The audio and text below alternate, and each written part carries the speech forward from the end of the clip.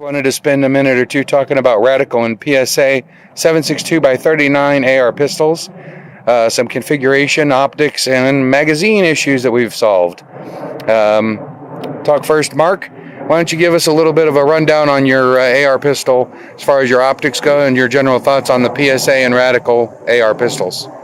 Well, my pistol is a PSA upper and lower.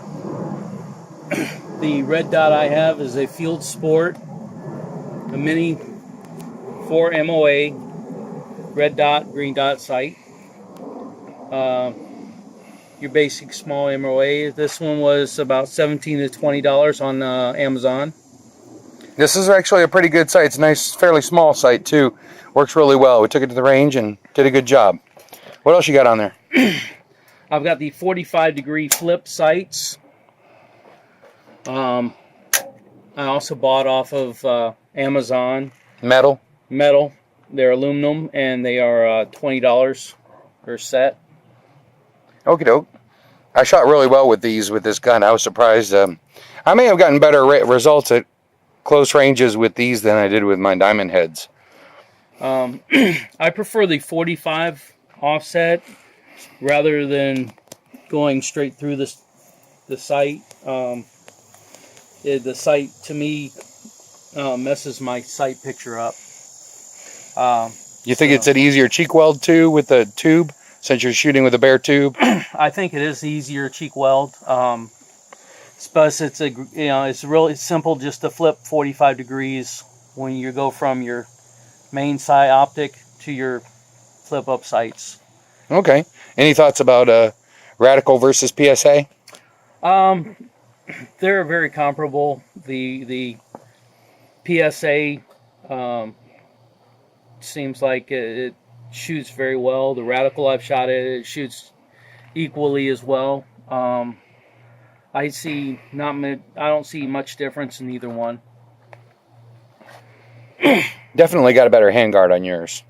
I think you got a lot tighter, smaller, easier to use handguard. I mean, it has the same features. They're still both round, except yours may be ready for M-lock or key mod. I think an M-lock or whatever, maybe, where mine is not. Mine's just slotted for breathing. Yeah. Or maybe you can get away with it on mine too, but that handguard is bulky compared to yours. It's much larger. I definitely have. Because I have the extra screw-on side rail mounts. Excellent. Why don't you tell us about the magazine mods we had to do, starting with my guns, and then you got your gun, and now found out these work real well. Both guns. This is a unmodded magazine. You can see the flutes here on the side for added strength and stability. Were causing a jam feed as the round was going into the chamber. What we did to stop that was I took it's called a tile nibbler tool, and I crimped these flat up here, and that stopped the round right here from catching in these flats and jamming up. It's really made a big improvement on my guns. I have two. I have a 7.5-inch model, but although mine's a Radical, not a PSA, and that one was feeding 100% reliably with one of the post-crimp magazines. So, even with steel, no problems. But now we've got these crimped off and looking like this. Little sandpaper and a little paint would help to protect the metal. Yeah, inside and out. But after the modification, both weapons were able to feed with little to no problems. Now, we originally got the idea from another YouTuber. I did not take the time to research him, but a gentleman was talking about crimping these magazines, so we just want to let everybody out there with these Radical or PSA 762 by 39 guns know that it was somebody else's idea. We just stole it, and it worked. But we've tested it; it works. I think we did wind up using a different tool, that tile nibbler. You remember what it cost you? The tile nibbler was much less expensive. The crimping tool he used was $25 to $50. The nibbler tool that I used was about $15. Okay, cool. And we just let it for everybody's. So just so everybody knows, these are all, I think, C products or the other major name brand. To be honest with you, the only difference I can tell is maybe the floor plate and the spring, because the magazine bodies are identical between C Products and I want to say ADA.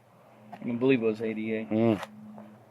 That doesn't sound quite right, but the other major manufacturer of these guns. In order to run steel in both of these guns, and pretty much steel in any of these AR pistols, we've found that it's probably necessary, or at least an easy fix, to fix a light hit issue, especially with the notorious Russian 7.62x39 stuff, to do the Wolf Extra Power hammer springs. That really helps with fire, making sure every bullet goes bang.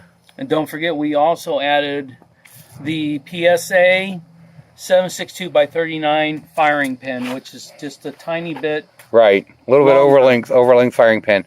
So a few modifications you're going to have to make from your stock gun in order to get it to shoot reliably, probably. That's been true of 2 Radical guns and the PSA gun as well.